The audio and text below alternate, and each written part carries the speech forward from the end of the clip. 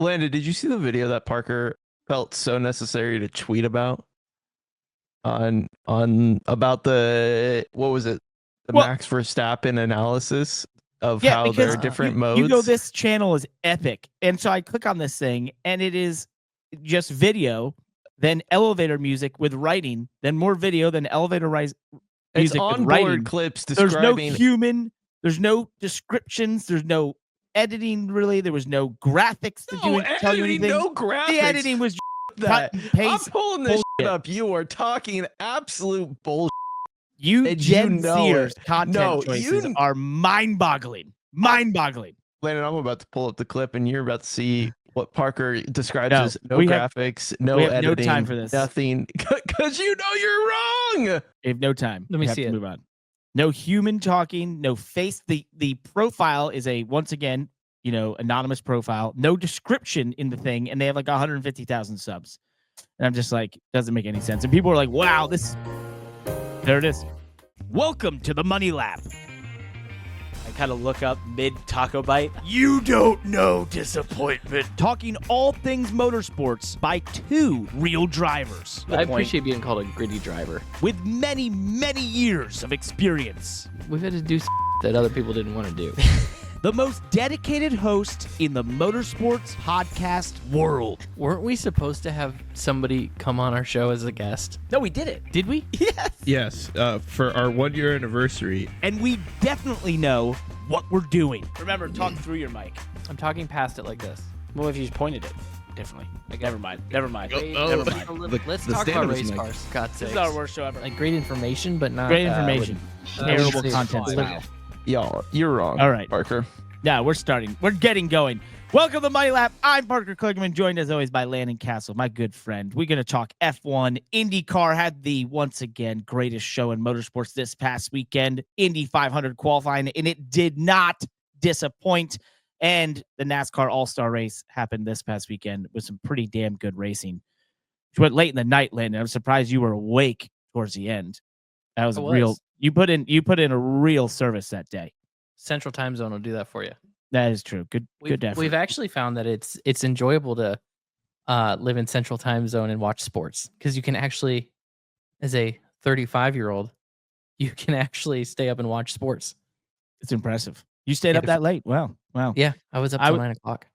I know. I was struggling. Then I watched the Indy documentary they had afterwards. We tried watching. I can't remember what it was. It was like basketball tournaments or World Series or something last year, and it was like, I ain't staying up for this.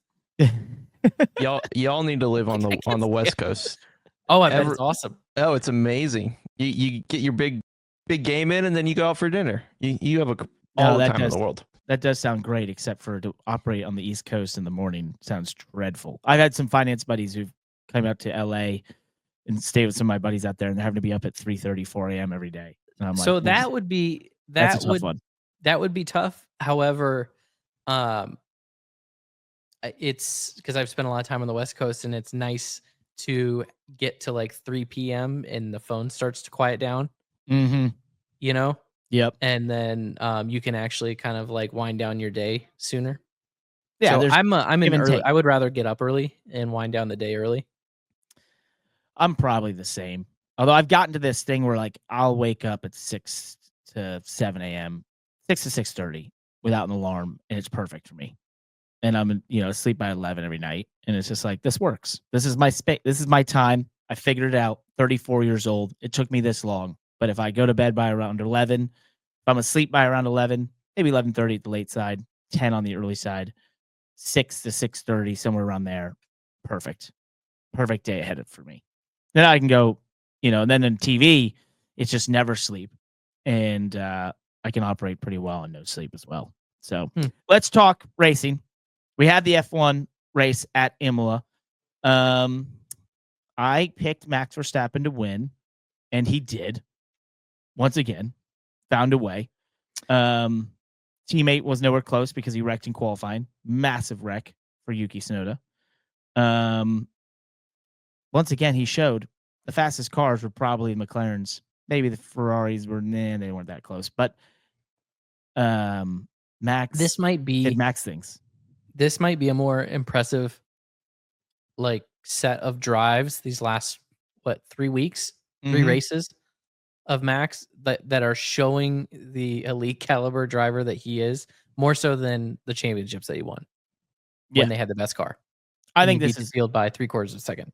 qualifying. This is more impressive right now. Oh, 1,000% qualifying. The McLarens, are setting fast times or whatever, and then you have Max who just gets close enough there, and you're just like, how did he even do that? And it doesn't make any sense. He boggles the mind in terms of the speed and the little bit he finds when it matters most. And I shook my head watching that. Was like, okay, yep, he's gonna win this race. Just watch. And sure enough, he did. And Yeah. that's Max Verstappen doing Max Verstappen things. And unfortunately, it's showing on Yuki Tsunoda as well. Yeah. Right? Like he's pushing too hard. He's can't keep up. Nope. And his wreck in qualifying was exactly that. If you watch him, he launches the curb there in a way that like no one has taken that much curb, but he's probably like pushing to be like, I got to find more. I got to get more. Boom. And has a ginormous wreck. And it's just another example of trying to keep up with a guy who's at the top of his game in a car that he just knows so damn well. So, well, so you said what I was just about to touch on is like, what's unfortunate for Yuki is you're against a guy that's at the top of his game, and you said in your words in a car that he knows so well, right? Now the way that I perceive it is he's in a car that's tailored to him, right? So yes, he knows the car, but to me it's more like this is just a team and an organization that has surrounded themselves around Max Verstappen's driving style for the last decade, right? But then even you could just go these last 3 years, right, with this sort of package and this style of car. This car is just built for Max Verstappen. It was built for Max Verstappen when Sergio Perez drove it, right? Like he was supporting staff. Well, but I know said that it's not built for him, but I don't even care if it is built for him. What he's showing is they that say it's not, but it's whose feedback do they go off of? Yeah, it's his. Like, who are they listening to? Well, but my other side to that is he just knows how to extract the most from it, and that's what's wildly impressive. For sure, he's familiar with it.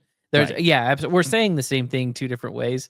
And that's at the end result is it's tough to be his teammate. Yeah, it really is. It's also especially now that these cars they're not the fastest cars on the grid. No, also proving to be tough right now or in a tough time is Lewis Hamilton, not quite matching his teammate. Has good races, he's just struggling in qualifying. That's pretty evident right now. Both Ferraris failed to make it out of Q2, but it just shows to me like there's been a larger learning curve there than I think he imagined, and I certainly imagined. I had him winning the championship this year. That's not happening. What's interesting about that is at the tail end of Lewis's time at Mercedes, George Russell was creeping up on Lewis's speed, right? To the point that I think it was 50-50 on which one was faster, right? They were pretty equal to each other.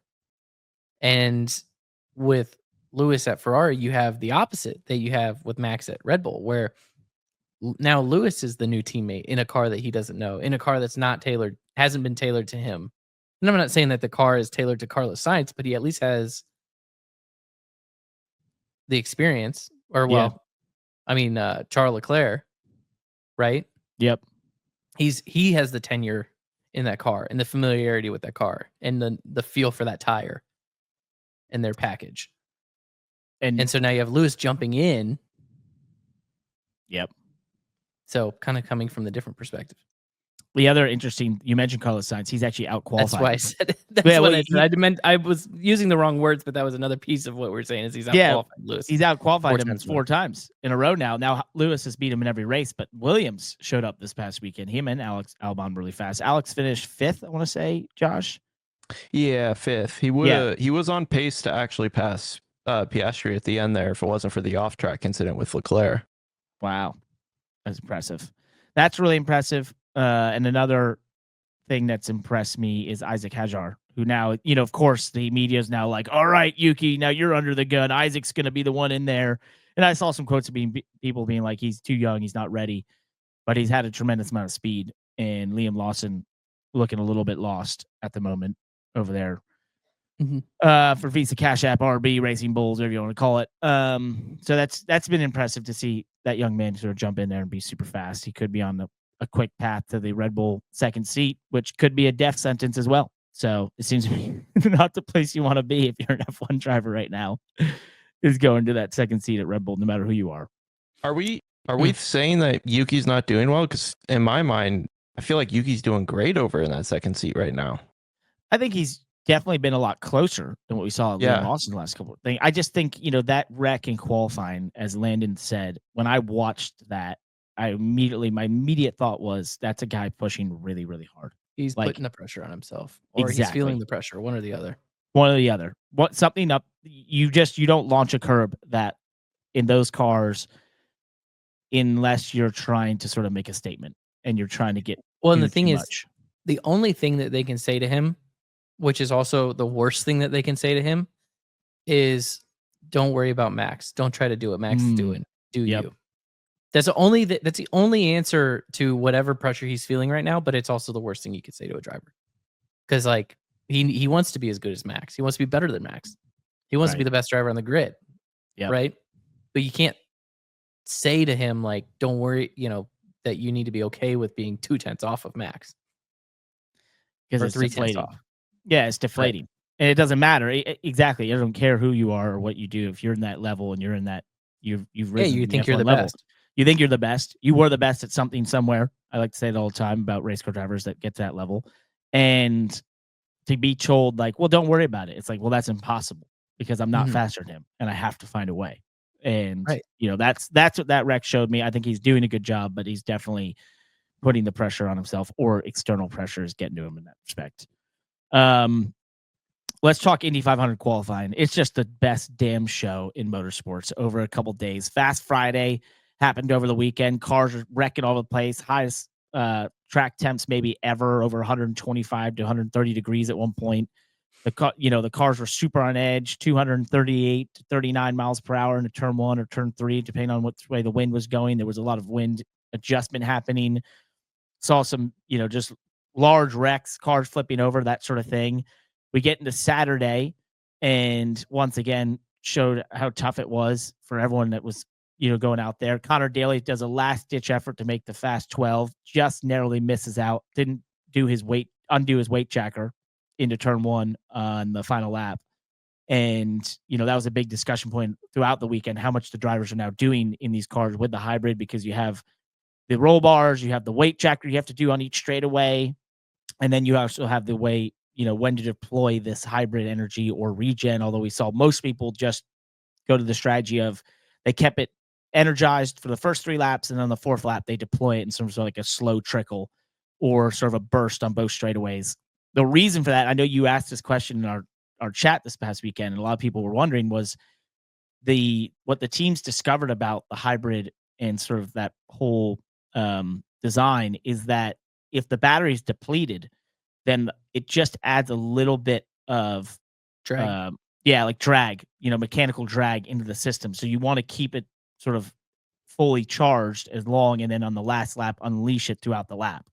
And that's why for like the first time I've seen in a long time since, we've been in this era, the 4th lap could be fastest or as fast as the first lap, which usually would tire fall off because over of the 4 hybrid laps. system. Yeah, the hybrid system then gives them that much more power to sort of make it happen. But because of that, so when the car is at its worst, you have the most power.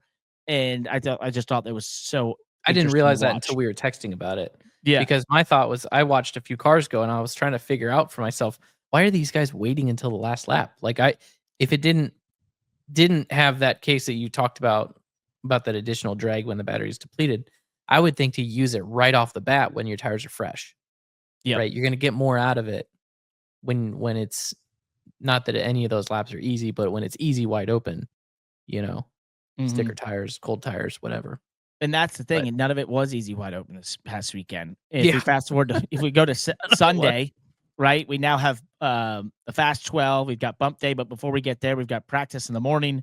And Scott McLaughlin, who's probably the favorite for the pole, was one of the fastest cars throughout the whole week, goes into turn 2 and absolutely has a massive wreck off of turn 2. the right rear wheel grinds into the track, created like a divot in the racetrack, which was crazy. And he mentioned that he was like, that was one of those things where the car was talking to me and I didn't listen. And that was just the fine edge they were on in these cars throughout the weekend. And going into it, there was a lot of drivers who talked about with the hybrid system, the added weight and where it is in the car meant that like when you was sort of a slide you used to have, you could catch it. What happened with this hybrid system is that with the added weight and where it is in the car, when it started those slides that you usually could catch, it was already gone. And so it just made it way more difficult. I know Ryan Hunter-Reay was on the broadcast at one point talking about how since he got in with the hybrid, he's like, I just couldn't feel the rear of the car. I can't tell you where it is as we enter the corner. A lot of drivers talked about the edginess on the entry. Ray Hall had the same issue. On Fast Fridays, few cars were able to do 4 laps at all in terms of getting ready for qualifying. And one of those was Kyle Larson, who barely got any laps and then gets out there to do a qualifying run and wrecks.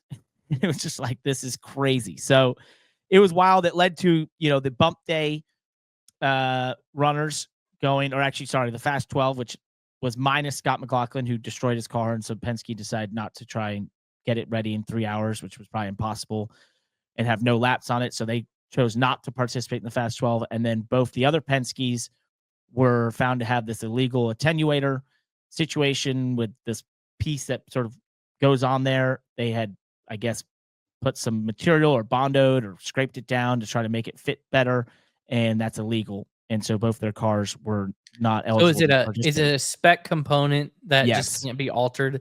100%. They fit it to, or they altered it to have a more, what am I trying to say? Like a better fit, a flush fit, streamlined fit. Yeah, flush fit. Streamlined is exactly what they did. There's a little carbon fiber box in the back of the car. Yep. That connects like almost if you're imagining like where the taillight is, I think. Mm-hmm.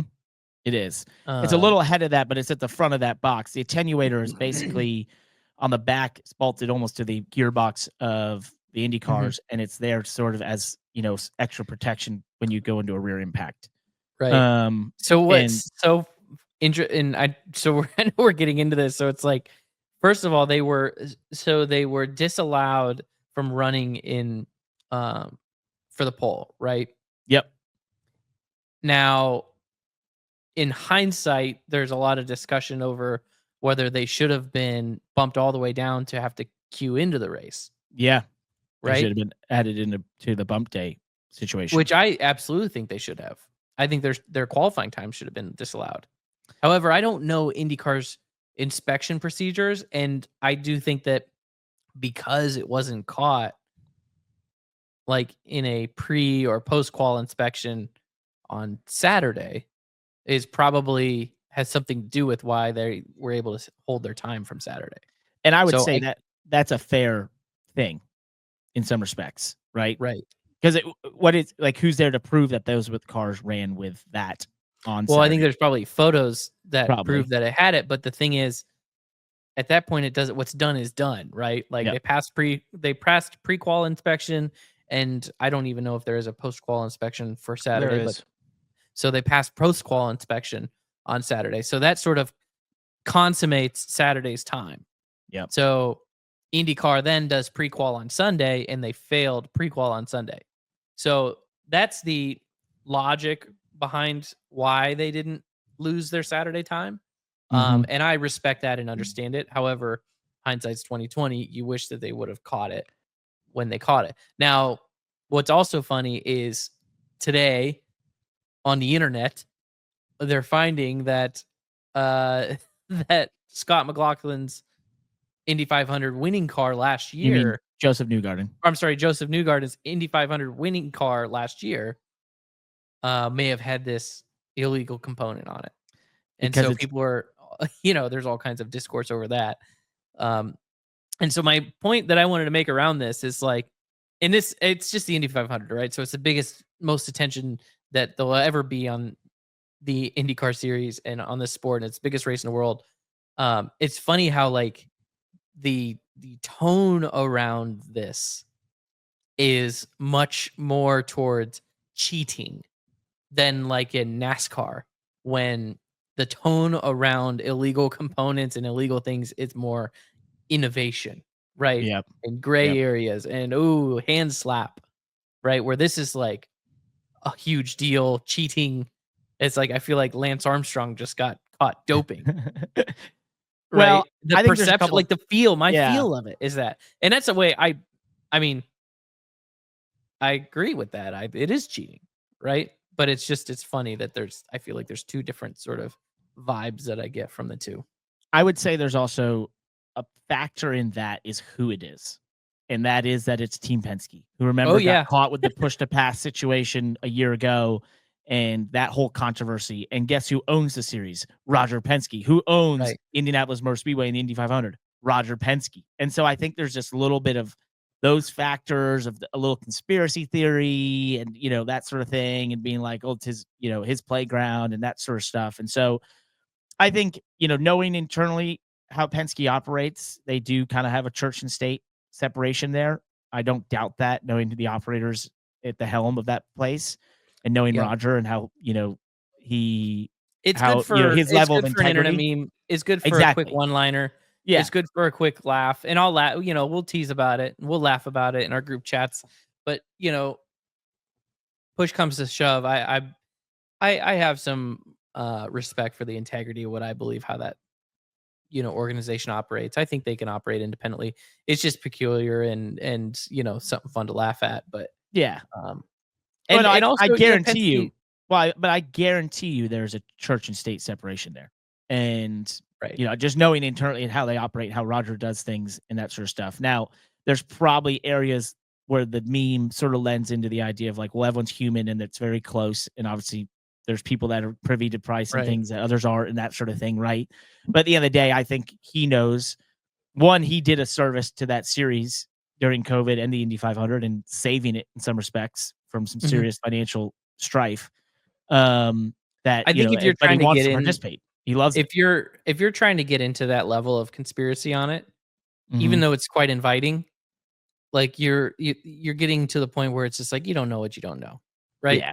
Because you don't even know. Yeah, okay. So NASCAR is owned by the France family. You don't know how many times, what kind of conversations happen on a boat between Dale Earnhardt and Bill France, right? Like, or Rick Hendrick and Jim France. Like, you don't know what kind of conversation. And there aren't obvious, connections between those two, right? No. So at the end of the day, it's like, stop worrying about stuff that you don't know. Just take what's it. Oh gosh, that's rich coming from us, isn't it? I just realized what I said. How are we gonna grow the channel if we don't talk about what we don't know? Yeah, don't worry, don't listen to us. We'll just we'll just read you the news. Come to the Money Lap where we don't know, but we'll give you everything we think we know about it and then and tell what you we've read on the internet. I don't know. I just I'm not that. I just have never. I don't want to say never. I don't feel like I've bought into or taken too much bait on the conspiracy stuff between Penske and IndyCar. It's just something fun to joke about and laugh at. I think we probably did in the push to pass deal.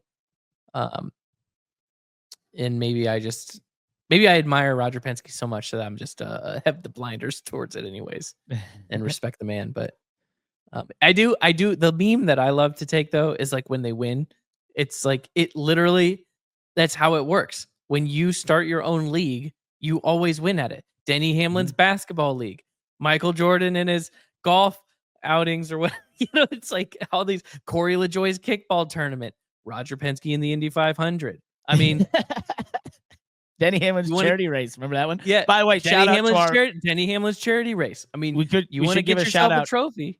We should give a shout out to our one listener, Denny Hamlin. Appreciate you listening. What's up, Denny? Thanks for listening today. Yeah, thanks, hope man. You're doing well. Yeah, we hope it's going well. We love doing the show for you, so we appreciate it. I was so happy that you didn't have to spend $2 million to take off a restrictor plate at North Wilkesboro. Sorry, I had to get that in. But no, we really like you. Keep listening, please. So, it would have been nice. Some nice things about us on this podcast. He did.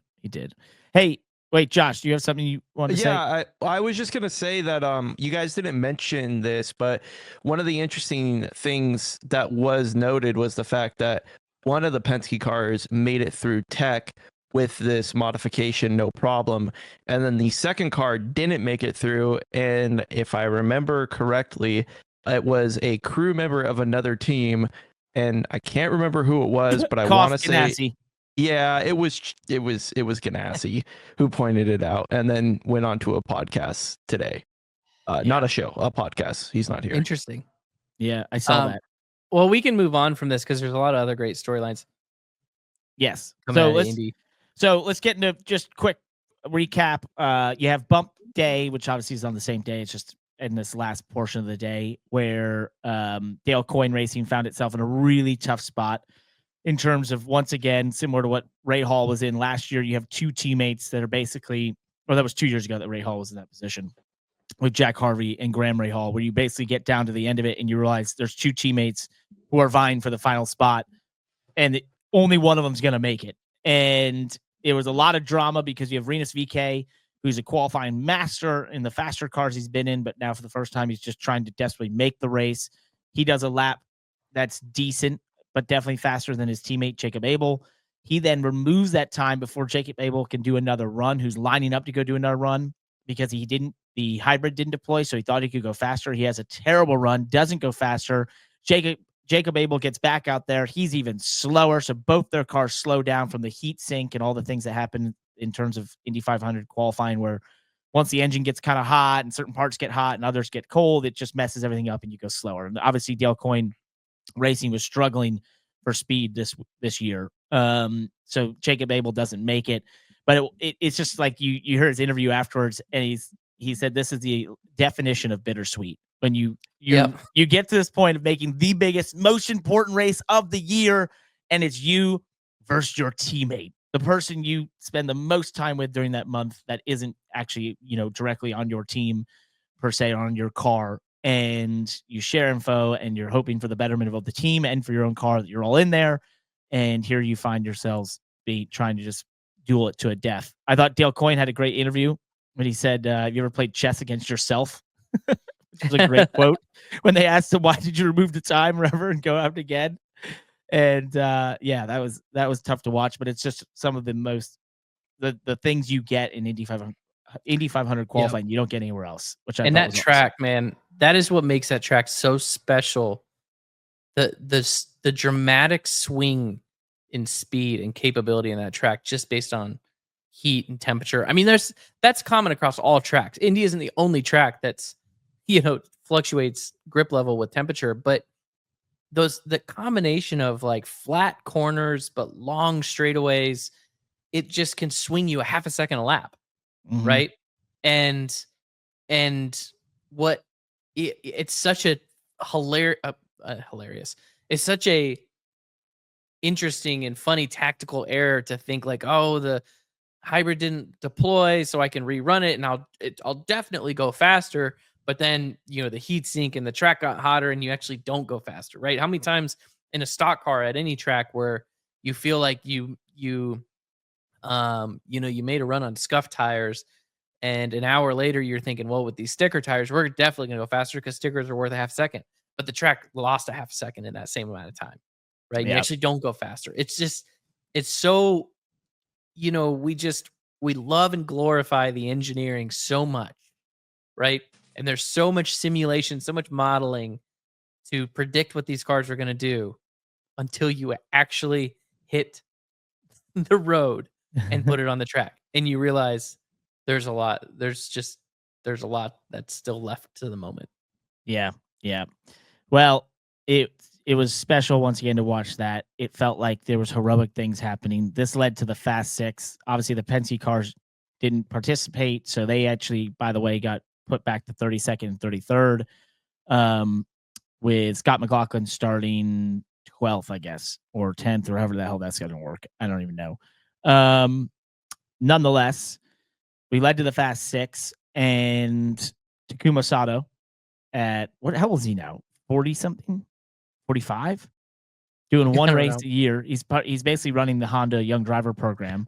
48, and in these tough conditions, people are wrecking all over the place. He throws down an absolute monster couple laps, a monster first lap, looked heroic.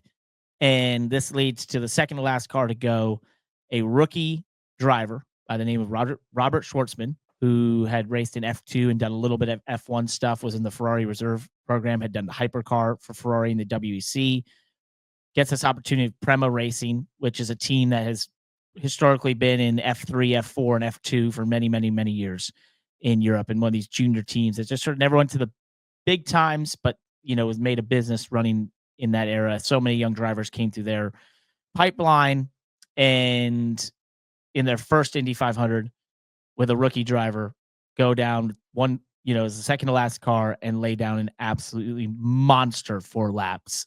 Incredibly, making oval racing look easy. Yeah, he said but he cut out and he said this is the fastest I've ever gone. The Indy 500 qualifying is absolutely terrifying. It is. And you mentioned being flat, by the way. He actually had a small breathe at one point into turn 3. And that's what I thought was so amazing. Like, it tells you how trimmed out the car was. Super trimmed out. They were super on edge, all that. And Felix Rosenquist goes after him. He's not able to get it done. And so for the first time, who's fielding their car? Them. It's all them. They have no alliance, nothing. They weren't even Really? The crazy part was the start of Indy 500 practice, the beginning of the week. They didn't even make it out right away because their cars were still being prepared. So like Unbelievable. It's completely shocking. I think to everyone. There's one thing that didn't get mentioned until today. Will Buxton tweeted 30 minutes ago. They don't even have a backup car. So he did all this without knowing if he sent it and wrecked it, there was nothing there. Wow. And he was definitely on the edge. We were chatting or texting in our group chat before he went and ran, and we're talking about how tough this is. And I was like, we're definitely going to see someone wreck going for it. And my thought, especially out of turn 1, because when they went through the fast 12 to start, people were getting really close to the wall out of turn 1 and out of 2. And I was like, well, I looked at the lineup. I said, this guy, Robert Schwartzman, that'll be the one. I was wrong. He actually got the pole. Pretty damn heroic, pretty cool. And I think the stars aligned too, because he had a great draw on Saturday. Yeah. That helps. Like early draw, just kind of get you off on the right foot. Not to take it away from him, but just everything has to align so perfect. It is important. And I think, though, when I looked at it all from this past weekend and we texted about it, it's just like there was never a point through those 2 days where it just didn't feel like you were about to see something heroic, right? And that's what I love about Indy 500 qualifying. And I know we've talked about, the Daytona 500 could have the same thing if they were to do something crazy like go with unrestricted motors, right? Let them go 290 miles an hour in a it's my point Impala.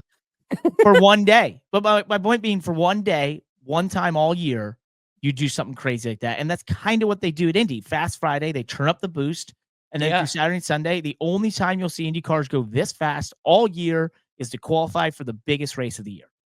I think that's what's so amazing. Sold. Yeah, and there's handling, and it's just this perfect mix of heroicism, handling, power, speed, you name it, and you can't help but think this is like the most pure form of what makes motorsports great. But somehow they've bottled it up and are able to sell it year after year, right? And I think that's what's just so amazing. So I thought it was an awesome show. Congrats to Prema. I think the Indy 500 is going to be great. Watch some practice today of them running and being able to slingshot past each other and utilizing the hybrid and that sort of stuff. And I think this is going to be a really interesting race. And to add into that, the grandstands are completely sold out as of today. First time since 2016, which was the 100th running. And they lifted the blackout in Indy on TV for the Indy 500. So it's going to be an absolutely ginormous, monstrous crowd for what I think will be an awesome race. And all this going on. Last year, all we could talk about 350,000 people, I think. Yeah. So 250,000 is the grandstands, but then they, between everyone else that's in the infield and the snake pit, you get to around 350,000. So it's just a massive amount of people. And the crazy thing is, we've just talked about the Indy 500 now for 20 minutes, and last year all we could talk about was Kyle Larson. This time, the only reason we mentioned him is because he crashed. Otherwise, we didn't even talk about him. He's in this damn thing, and who knows? Pat O'Ward looked pretty quick. Wasn't quick enough to go for the pole, which I had predicted. But I think, this could be a big day for Kyle Larson. He's wrecked twice now. He's gotten it out of his system.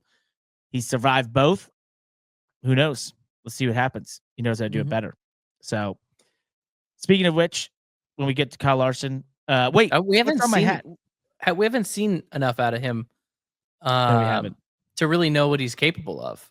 Don't you We'll think? see it I this mean, week. Well, this week, with the little bit of practice they do for race running, and then I think we'll get a clear idea. I thought he looked good. I think in practice before, without 20 minutes to go, he was up in the top 10 in speeds, so wasn't struggling in the pack. But Landon, if you wanted to try and get a diecast of what Kyle Larson's doing this coming weekend, which looks like weather-wise, fingers crossed, he could do both finally. Where would you get that? Let's leave the transitions to me, please. Wow, really? Jeez, my God.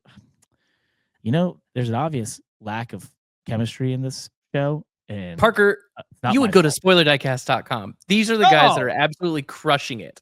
And if you use promo code MONEYLAP, I promise you'll still get free shipping because they haven't even updated the promo from April yet. So I'm just going to roll with it. On any order over $20, that's promo code MONEYLAP at spoilerdiecast.com.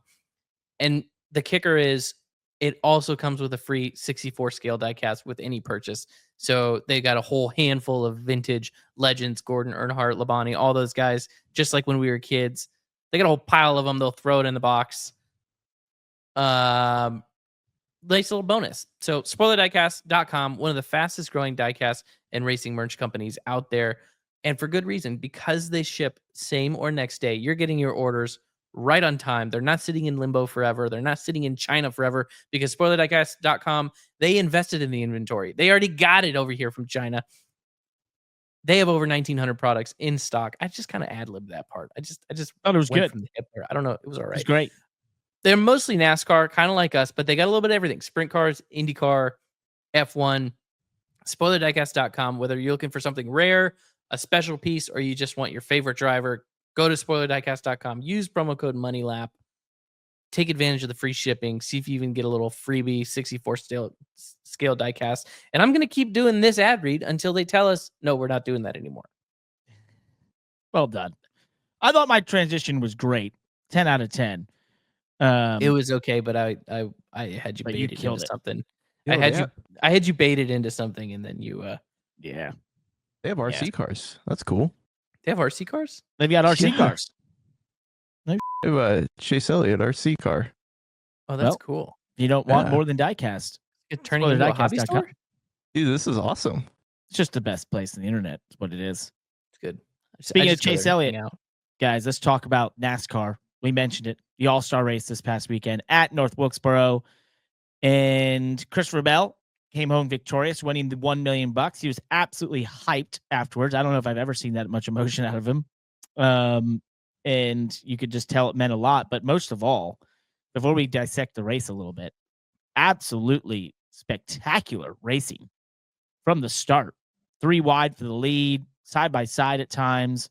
The top what did groove, I say after Rockingham? Well, I know I was going to get there. I was going to lead you to it. Top groove comes in 1 and 2, especially a little bit in 3 and 4, but it just looked like, everything you want out of a short track in NASCAR, especially in 2025, which you said, Landon, in our text chat and after Rockingham, which was? Yep. Repaves, aero, horsepower, late models, trucks, cup cars. It almost doesn't matter. Sometimes a good racetrack is just a good racetrack. They don't make them like they used to. They don't make them like like crazy. They used to. It's they true. Just don't. Because it's true. They tried to design them too much. This has no design. It was just is. Darlington, no design. Is. It just is. Like it just it's like, oops, we built a racetrack and it goes 20 feet downhill on one side and 20 feet uphill on the other. But hey, and the racing's phenomenal. It's like it's just good racing. It's dynamic. All 3 series. It's variable. Well, the 3rd series, the Xfinity series doesn't go there, but Dale Jr. said that if they add I was including the car series. Car store. Okay. Well, if and the modifieds even. Modifieds are there. The only one that does is Xfinity, but it sounds like Dale Jr. has said if they add it, he'll run it. So you can about assure that that's going to happen. He can move mountains. He'll add it for that reason alone. Yeah. I loved, before we get more into the race, he did an interview on Fox before the All-Star race where they were like, hey, we got the Indy 500. And he's like, look. And he's like, man, and he stops himself and he goes, look, I love NASCAR. It's the greatest motorsport in the world. But the Indy 500 is a big race. It's a good race. I was like, that's pretty cool. He knew. He was like, well, there's probably a little tension between these two. There always has been. It's basically the genesis of the Brickyard 400 happening. Was a little bit of tension between the IndyCar world and NASCAR, and so you could. I know he appreciates the history of motorsports so much, and he talked about the track a lot because of that. But you could tell, and I know speaking to him that that race is very impressive to him. But he's got to be an ambassador for NASCAR. I get it. Makes sense. So Joey Logano did his best after all the craziness and all the racing that we saw. Kyle Larson tried to stay out on 2 tires. That didn't work for him after he sort of marched through the field in pretty impressive fashion, but just didn't quite make enough headway. We get to this duel between Christopher Bell and Joe Logano, who Joe Logano stayed out during the Michael Waltrip caution where he dropped a flag on the track, which, by the way, the juxtaposition of the purity and just the awesome heroic nature of Indy 500 qualifying to then watching Michael Waltrip drop a flag on the track. Horrible. What is a tough putt? That was such a transition for me. I couldn't handle it. Didn't I text you about that? Yes, we were all struggling with it. We were like, one of our buddies in our chat was like, what is NASCAR now? We just finished watching IndyCar qualifying and wanted to run through a brick wall for motorsports globally. Like, ready to lay my life on the line to feel a tire on the road. Yep. And then it's like you tune into the NASCAR race just in time to see Michael Waltrip with his hat on backwards, making funny faces and throwing a yellow flag. I was like, oh my God. In front of another car. I think it was Eric Jones who almost ran over it. And I was like, this is so ridiculous. What am I watching? But what saved him and everyone in NASCAR was the great racing. Like I mentioned. So it comes down to this epic battle between Joe Logano and Christopher Bell. Joe Logano blocks, does everything he can to stop him, but eventually Christopher Bell gets to the outside and or gets the inside and then just forces him up the track like we see on the next gen car often. And I thought it was fair racing. I was like, hey, look, you're going to block. You tried to head him off for 5, 6, 7 laps on old tires. Pretty damn impressive. But Christopher Bell eventually got by and wins it, whereas Joe Logano was not happy about that and didn't appreciate the way he was raced. Didn't like the, Michael Waltrip caution, which is actually a promoter's caution, by the way. We shouldn't just which they knew it was coming. They knew it was coming, right? It wasn't if, it was definitely when. I mean, right? I don't know. I'm not going to dwell on Joey being mad about that. He can be mad. He can be mad just because he didn't win. Yeah, I mean, he should have won. Technically, it was an optional caution. Right, but you knew if they had the power, they were going to use it. Yeah. Come on. Yeah, he should have been saving his tires. Yeah.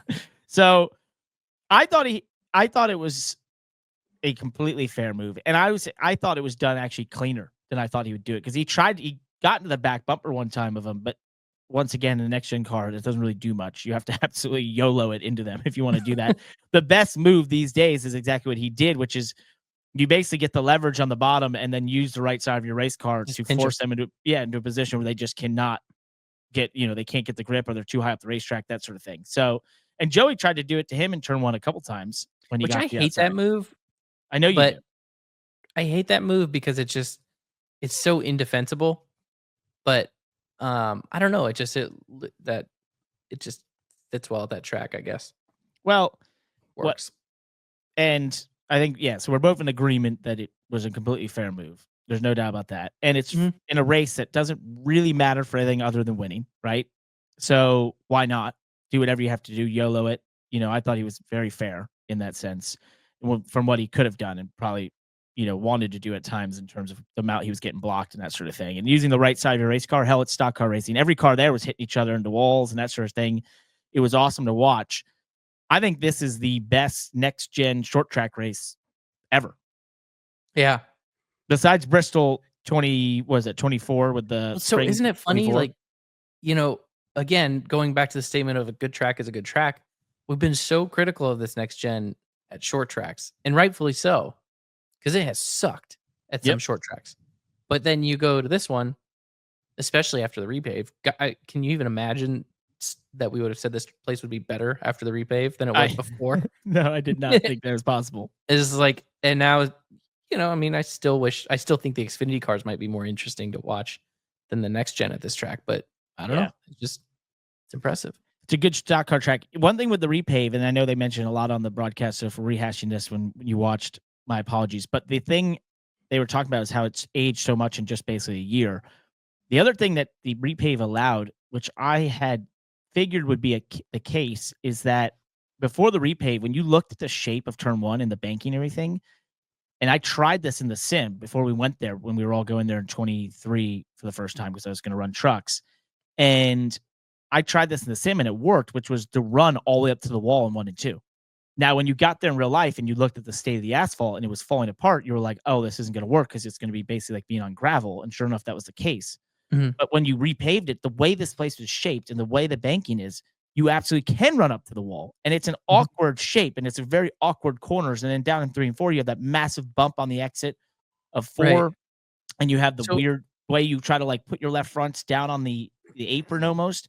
But the way it's designed by accident or on purpose, no idea, when they repaved it, it allowed it to be used as opposed to what, and I think if you probably watched it 30 years ago, they probably ran there. It's just the way the asphalt went when we first came back here. It wasn't the case. It wasn't possible. So the repave being better, definitely, I think, that's why we saw this. Also, I know they did some aggregate and that sort of stuff in the repave, which they've learned, over the last few years post the debacle of what happened with Charlotte and those repaves Horrible in that era. repaves.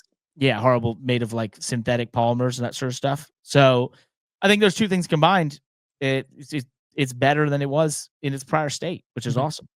Yeah, and I was thinking about it over the weekend. I think part of the reason you can run so high in 1 and 2 there is because the backstretch is uphill.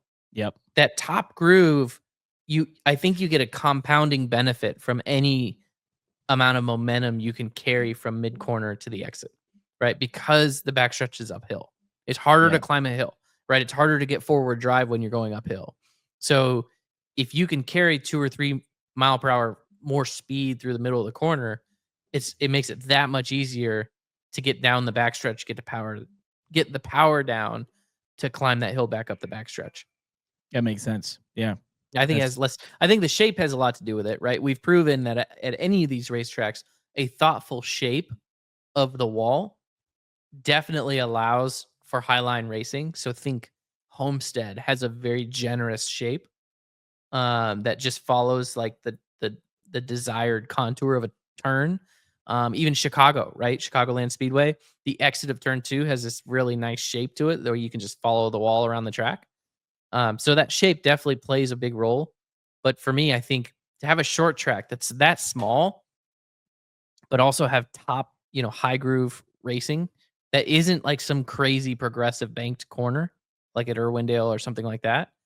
I kind of point to that uphill backstretch as the reason being. They asked it a million times after the race to all the drivers. Should North Wilkesboro host a points race and not the All-Star race? I think absolutely. I would love to see 400 laps there. Yeah. Which Daytime. I don't. Did they ever run 500 there? I don't know. Maybe in the era that they were trying to kill everyone in endurance racing. I feel like it was always a 400 lap race. Yes. I think 400 would be cool there. I think 500 would be cool there, but it'd be a long race. That'd be a long damn race. That's stock car racing, man. That's hell yeah. To me, NASCAR racing should be endurance. I know some mix of it, but I would like to see. I agree. I'd like to see a points race there, 400 laps, daytime. I think Kevin Harvick called that out. That'd be really, really cool to see. And for the All-Star race, I think it can just continue to move around or whatever. The only thing I'd say for a points race, I don't know if they could pull it off, but I will say this: it's sold out crowd, all that stuff, but it's only like 25,000, 30,000 people. I would love to see them try and wrap it in grandstands or something a little bit, get more stadium atmosphere. It looks great. It looks good on TV, but having been there in person, sometimes it just feels a little bit like there's people everywhere. I don't know if they could because the parking is insane. There's no room for like the facilities of like the teams who have buses and the motorhomes for sponsors and that sort of stuff. There's just like no room for it. It's total chaos out there. So Did that's a pipe dream. Did they add a tunnel when they repaved, or do you still have to wait for the crossover gate to open? That's a good question. I don't know. I haven't been there since they repaved. I was there the first year. I don't remember. Maybe you still have to wait. You're stuck in it forever. Have you ever been angry, Landon, at your engine builder? Yeah. Yeah. Did you say it on the Did you just get on the radio and say, "My God, you guys suck"? Not those exact words, but yes, I did one time on the radio and regretted it. Well, AJ Allmendinger did that very thing last weekend when his engine expired, and Richard Childress was not happy about it. So are we getting some like cleanup from that? Because we talked about this. Yep. That he went. So what happened? There's been they have not chatted, but he basically was saying that when Ryan Blaney and Alex Bowman had their engines blow up, they never said anything, and then had said it's how you want to run your mouth. Interesting. Pop had some words for him. They haven't spoke yet though, so I think in terms of the ECR situation, there's been some talk that they're just not as up to snuff with the Hendrick motors, right? At this turn in time. That's even been a discussion in Xfinity when it's not a super speedway. So I can see where that becomes a frustrating thing when you're in a spec series, essentially, that motor is one of the biggest differentiating factors. Right. And you're seeing, for AJ's case, he had done an amazing job the first portion of the season, putting them in a place where they could get into the playoffs on points. And to see that sort of a road from not your own doing and something that you nor your team probably controls in that sense, that's a tough one, right? Service you pay for. Yep, exactly. There's a little bit difference between, the 12 team, what they have going on with engines there and ECR. Well, maybe not. I mean, they're running the Ford engines that they have to run, right? Yeah. That Colleague Racing chooses to use ECR engines, right? They pay a lot of money for them, and they choose to be on the RCR campus, right? And to be affiliated. They pay a lot of money for that. Yeah, they pay a lot of money for that. So when your supplier's laying you down, it is frustrating, and I get that. So as always, there's better ways to handle it. Although the funny thing that can happen for drivers, and I think teams sometimes, is to sort of lose the human behind the engine thought and just think of it as this entity that's just making motors and they don't care about you and that sort of thing. But, I made it a point when I was driving a big machine to kind of go down the engine shop a couple times. And when we did well or did badly, whatever, and just say thanks, to kind of keep human faces associated with these engines, right? And I felt like they always appreciate it. And, I think that's something all drivers need to do at some point, no matter how well you're doing or badly, is to, try and interact with each portion of that race team and suppliers that you can, that's reasonable, right? You're not going to go meet the lower seal provider in Illinois, but the idea of at least trying to, the central pieces of that puzzle, trying to have an interaction and just keep, if for nothing else, it might feel like you're doing it to save face, that sort of thing. But I think there's a huge power behind keeping the human in your mind that works on that. And instead of having that explosion over the radio, it's hey guys, we got to do better. This sucks. And I think they can have a lot better effect than what you're, spouting off on the radio. So, right. And then it gets played in front of millions of people, and then it's on social media, and it just compounds, and they're all seeing it, and their kids are seeing it, and their families are seeing it, and they're like, why do they hate you? And yeah, leads nowhere good. So, truck race was interesting between Corey Heim and Lane Riggs. Once again, Lane Riggs involved in a last lap battle. Chandler Smith scooted on by both of them and was able to get the win. Anything you saw that was foul there? Foul play? It's short track racing. Yeah, that's what I felt like. It's trucks. It's trucks. They just run into each other. I'm going to be with them this weekend. Watch me. Oh, no. Knock on wood, I don't want to run into anyone. I'm going to be running at Charlotte. What's funny is I thought what Lane Riggs attempted to do coming to the checkered was almost worse than what happened to him. Oh, because he attempted to just absolutely harpoon. What am I trying to? I'm trying to. What happened coming to the check? Chandler Smith. He didn't really Yeah. try. He just I think he just overreacted, like freaked out, and Yeah, but it was just like overdid the corner and then almost spun out on the exit. I So don't know. I didn't think there was anything foul. That's short track racing, especially in the trucks.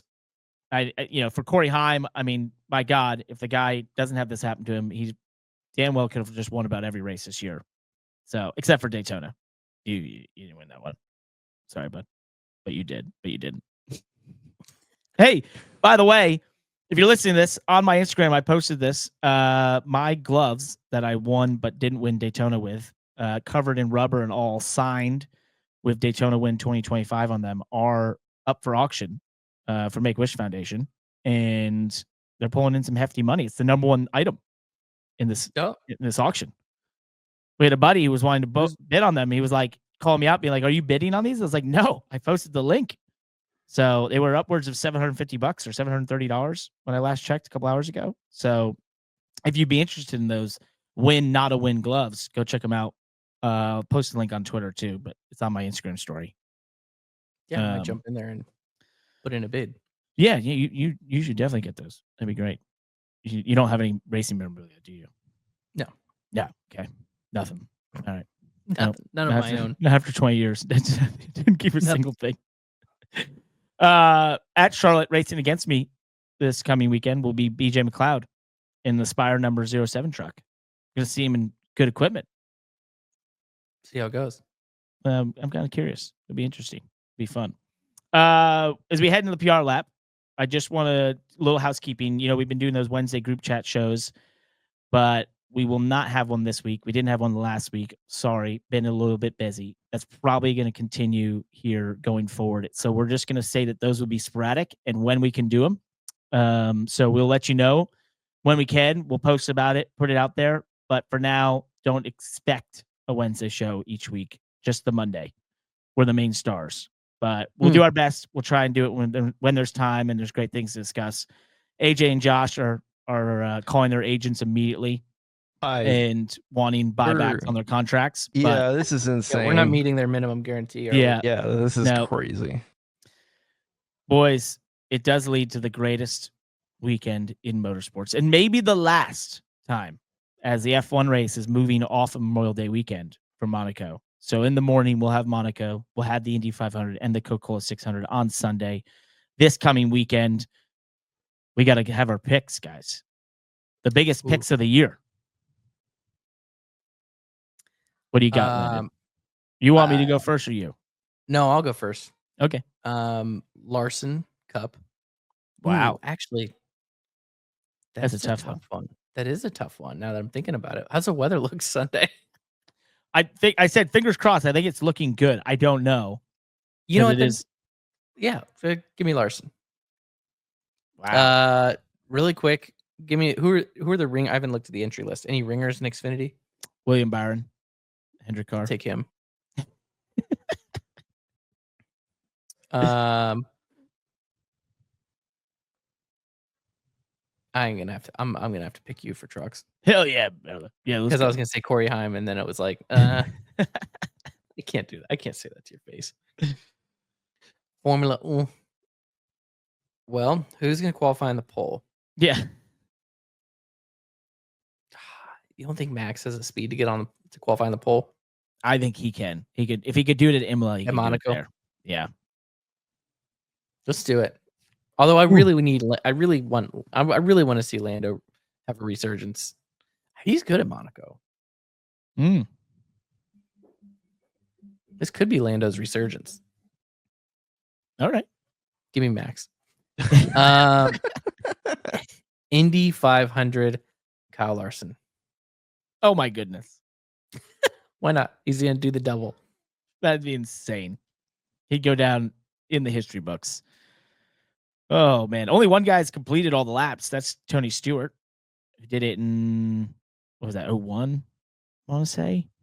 Can't remember what it was, but he's the only one even. Robbie Gordon has attempted it, but didn't complete all the laps. For Cup, I'm going to pick in the Coca-Cola 600. He's let me down before this year, but on an important day in America, America's, or at least whoever votes in the most popular driver vote, which we can't seem to find or understand, because he doesn't have the most followers on social media, and yet he is the most popular driver. That is none other than Chase Elliott winning the Coke 600. Jesus. Wow. Xfinity, I'm going to say it will be in his comeback race from taking a break with his back, Connor Zilisch. Interesting. Mm-hmm. In trucks, that's going to be me. And in F1, I've got a crazy thought in my mind, and I don't know why. But I saw how fast they were at Imola. And I think he's good at qualifying there. Has Carlos Sainz won the pole at Monaco? Or am I thinking Charles Leclerc always got him? I think I love that pick though. I'm going Carlos Sainz. You're going Carlos Sainz? Because I don't know. It's the stupidest thing ever. But they were weirdly quick at Imola. Well, they've been kind of quick this year.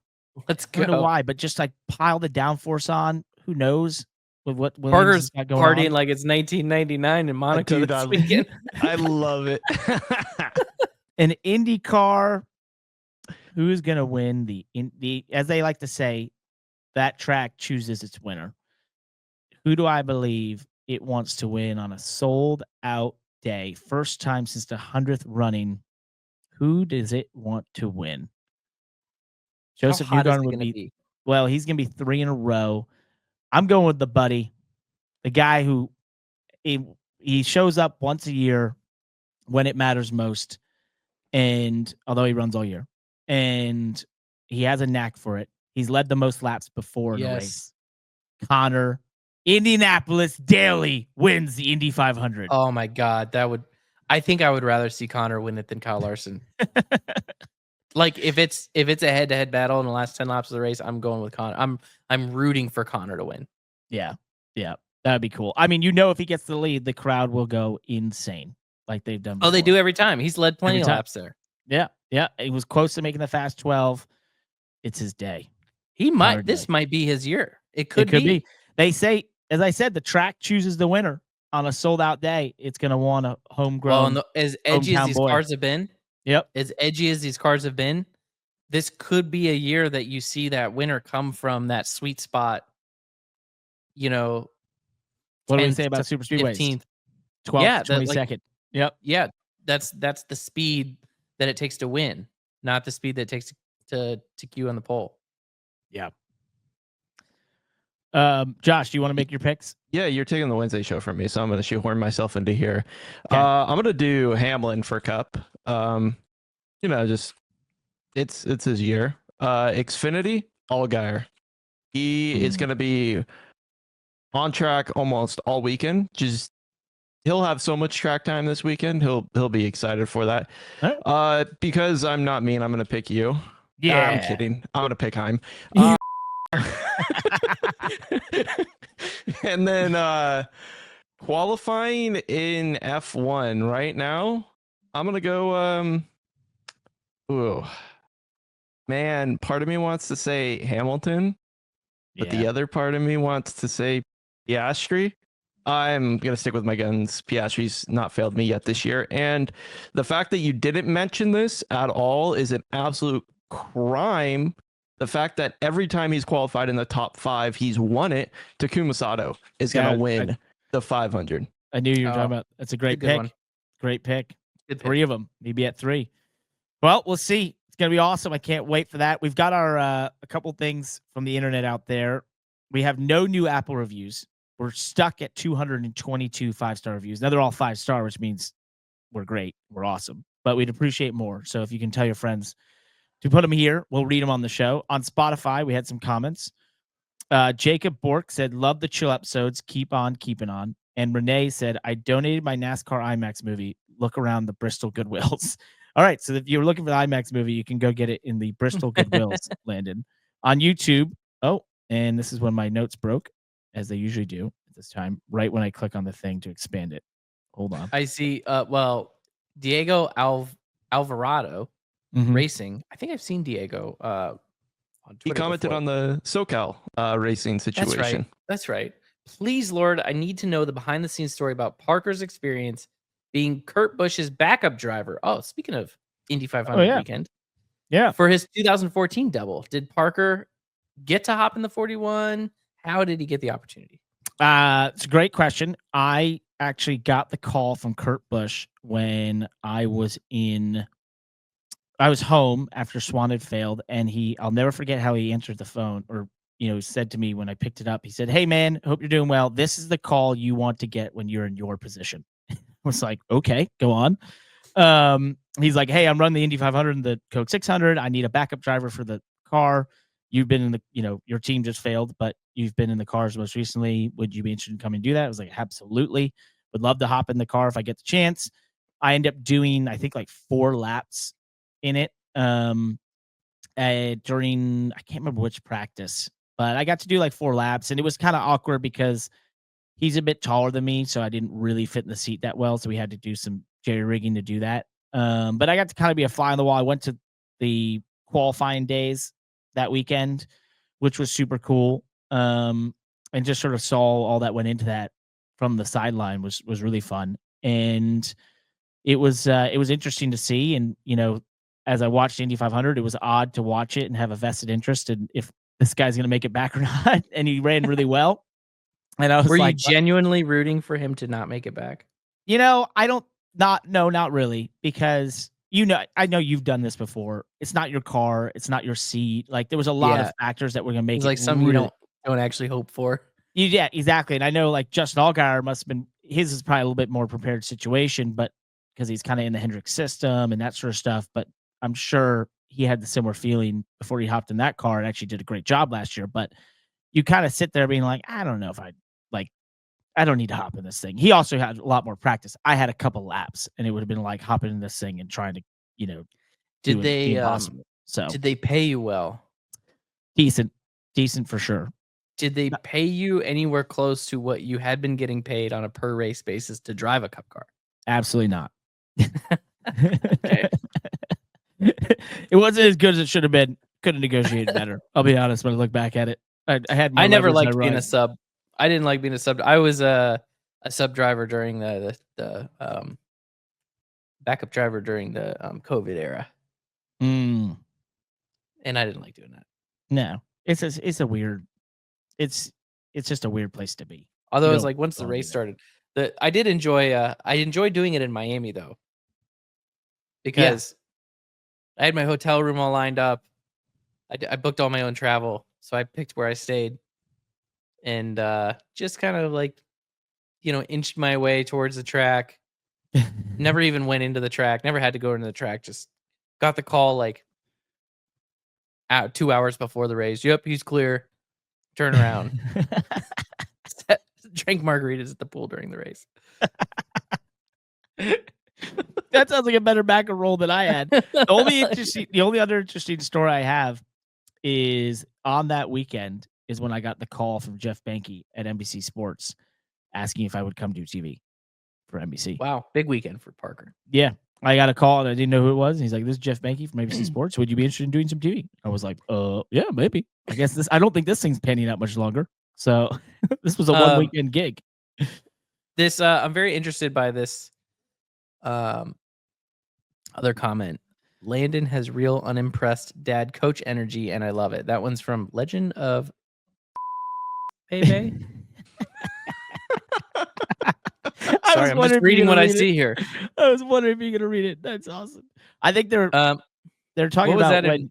Well, you were just not into my jokes or anything last week. Oh, okay.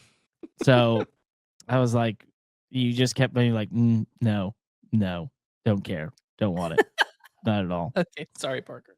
But we mentioned his brother. He was gonna be on, but he was up. Guys, it's the biggest weekend of motorsports. He had a pretty good run going at the All-Star race, but you've got to go, Landon. We've run out of time. We are dead on. I told you I had to be done by 7. You had to be done. And Kyle Busch, hey man, we're not gonna be able to do it. So He was ready, but it's my fault this time. Yeah, we appreciate you hanging. I I know our one listener, Denny, really wanted to hear what you had to say post being on his show last week. But it's not gonna work. We're gonna have to hopefully make it happen post this weekend, which we won't be on Monday, by the way, because it's Memorial Day. So this show will be later in the week. I have no idea when. We'll figure it out. Thanks for listening. You're gonna be by a body of water. I'm gonna be at a ball game. You gonna be a ball game. I'll we're probably gonna be by a body of water. You're gonna I go would watch say. the Cubs play. It's I'll be Beckham's up. birthday. I'll be up in a mountain. Happy birthday. Well, we're sorry, Kyle, and our listener, but we'll hopefully make it happen next week. Peace. Thank you so much for watching and listening to the Money Lap.